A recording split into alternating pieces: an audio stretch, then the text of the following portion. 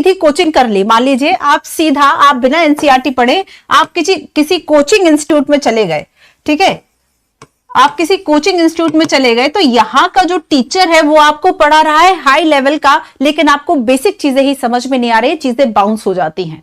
तो यहां पर इसलिए एनसीईआरटी आपको पढ़ना ही है। ये आपको एक ऑथेंटिक न्यूज देती है, ऑथेंटिक आपका सोर्स होता है, कंटेंट को कंप्लीट करने का, सरल भाषा में होता है। अगर आपने सारी एनसीईआरटी पढ़ ली, आपकी आधी से आधी तैयारी हो जाती है, ठीक है। तो इसलिए मतलब ये अब कोई प्रश्न नहीं रहा, इंपॉर्टेंस है या नहीं, आपको पढ़ना ही है।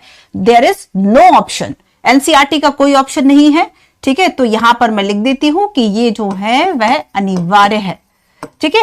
चलो सेकंड पे आते हैं, ओनली एनसीईआरटी। नहीं भाई, ये तो मैं इस बात को आपको बिल्कुल नहीं कहूंगी कि ओनली एनसीईआरटी। देखो समटाइम्स क्या होता है कि जैसे वही बात हो गई ना कि केवल प्रीलिम्स करके क्या आप यूपीएससी क्रैक कर सकते हैं, तो केवल प्रीलिम्स से तो कुछ भी नहीं होगा, लेकिन बिना प्रीलिम्स के भी कुछ नहीं होगा। आपका पीटी एग्जाम ही नहीं निकला, क्या करोगे, कहां मेंस आंसर राइटिंग करोगे, घर बैठ के। तो यहां पर जो पहली सीढ़ी और जो जहां पर आपकी दावेदारी होनी चाहिए, अगर बेसिक कवर नहीं किया, आगे की चीजें समझ ही नहीं आएंगी, तो ओनली एनसीईआरटी ये ऑप्शन नहीं हो सकता। लेकिन बच्चों एनसीईआरटी आपको छोड़ना नहीं, एनसीईआरटी पहले कवर कर लो, देन आप स्टैंडर्ड कर लो, पॉलिटी एनसीईआरटी कर लो। अगर आप सक्षम है बेसिक कॉन्सेप्ट्स को समझने में, देन आप स्टैंडर्ड बुक को सीधे पढ़ सकते हैं, अदरवाइज इसका कोई ऑप्शन नहीं है। सो इंपॉर्टेंस है, और केवल एनसीईआरटी से नहीं होगा, स्टैंडर्ड बुक आपको पढ़ना है, करंट अफेयर आपको पढ़ना है, पीवाईक्यू सेशंस आपको करना है, एमसीक्यू प्रैक्टिस आपको करनी है, मेंस आंसर राइटिंग आपको करनी है, न्यूज़पेपर आपको पढ़ना है, तो बहुत सारे आपको काम है, ठीक है। चलो नेक्स्ट हम आते हैं न्यू वर्सेस ओल्ड एनसीईआरटी। अच्छा एक बात ये बताओ कि जो चीज अवेलेबल नहीं है, जो चीज अवेलेबल नहीं है, आपको लगता है कि उस चीज पर से क्वेश्चंस ज्यादा आएंगे, तो अगर हम पुराने सालों में देखें कि जो एनसीईआरटी है उसका लेटेस्ट वर्जन आ चुका है, न्यू एनसीईआरटी आ चुकी है, तो ओल्ड से क्वेश्चंस कम आते हैं। हाँ, कुछ एनालिटिकल पोर्शंस, जैसे कि हम बात करते हैं कि हिस्ट्री वगैरह की, जो कुछ ओल्ड एनसीईआरटी जहां से मेंस में क्वेश्चंस आ जाते हैं। अदरवाइज अब जो इंफॉर्मेटिक यूपीएससी का जो प्रीलिम्स का एक ट्रेंड हो चला है बच्चों, तो वो आपका कवर हो जाता है न्यू एनसीईआरटी से। तो आपको न्यू एनसीईआरटी पढ़ना चाहिए। कुछ है आपके, जैसे हिस्ट्री की आप medieval, ancient and Vipin Chandra पढ़ते हैं, तो वहां पर आप उसको पढ़ सकते हैं, अदरवाइज आपको न्यू एनसीईआरटी ही पढ़ना है। यही अवेलेबल है और यही से प्रश्न आते हैं, वो मैं आपको आज बता दूंगी। चलिए नेक्स्ट है नोट्स मेकिंग। तो मैं इन शॉर्ट एंड स्वीट आपको बता दूं कि फर्स्ट रीडिंग में आप देखो, ये डिपेंड करता है कि हर एक बच्चे की समझ कितनी है, ठीक है। ये क्या डिपेंड करता है कि हर एक बच्चे की जो समझ है। मैम आप यहां बताइए कि एनसीईआरटी में क्या क्या फीचर, क्या लिखा है आपने, चलिए खैर। तो यहां पर मैं बता देती हूं आप सभी को कि बच्चों जब हम नोट्स की बात करते हैं, तो फर्स्ट रीडिंग में अगर आपकी समझ नहीं बनी है, आप नोट्स नहीं बनाएंगे, केवल रीडिंग, सिंपल रीडिंग कीजिए बिना किसी तनाव के। देन उसके बाद आप सेकंड थर्ड में कुछ main lines, main concept, main content जो आपको प्रीलिम्स में, जो आपको मेंस में इंपॉर्टेंट लगता है, जहां से प्रश्न आते हैं, ठीक है, तो यहां पर आप नोट्स बना सकते हैं। नेक्स्ट है आपका कैसे कवर करें।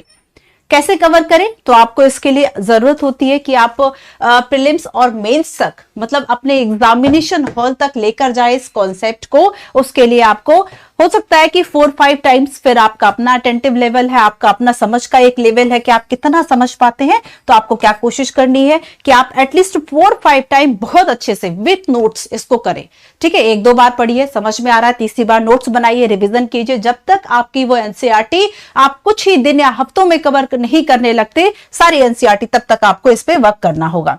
देन नेक्स्ट आता है कौन कौन सी बुक। तो उसके लिए अलग से मैंने स्लाइड्स रखी हुई हैं कि आपको कौन कौन सी किताबें, कौन कौन से सब्जेक्ट्स की एनसीईआरटी कवर करनी है, उस पर मैं आगे बात करती हूँ। यहां संक्षिप्त में आंसर देना संभव नहीं है।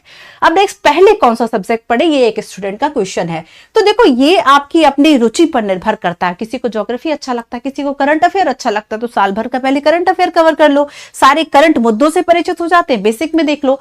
अगर किसी को हिस्ट्री अच्छा लगता है, हिस्ट्री से शुरू करो, किसी को एनवायरमेंट, इकोनॉमी से अच्छा लगता है, इकोनॉमी से शुरू करो। तो बच्चों छोर का ऐसा कुछ नहीं है कि आप किसी एक पॉइंट को पकड़ के चलेंगे तभी आप चीजों को कवर कर पाते हैं। तो ये आपका अपना पर्सनल है, आपकी अपनी रुचि है ना, कि जो सब्जेक्ट आपको अच्छा लगता है आप उसे कवर कीजिए। Next, answer writing. तो डेफिनेटली अगर आपको आंसर राइटिंग सीखनी है तो इसका कोई और जो बहुत अच्छा ऑप्शन है, वह नहीं हो सकता। आप एनसीईआरटी से आंसर राइटिंग को शुरू करते हैं। आंसर राइटिंग के आप देखते हैं कि जब आपने कोई चैप्टर पढ़ा उसके लास्ट में आपको अभ्यास प्रश्न दिए होते हैं, और यहां उन अभ्यास प्रश्न का आप आंसर लिखकर, है ना, वहां आप अभ्यास प्रश्न का आंसर लिखकर आप सीख सकते हैं कि कैसे आपको आंसर राइटिंग करनी है। क्लियर?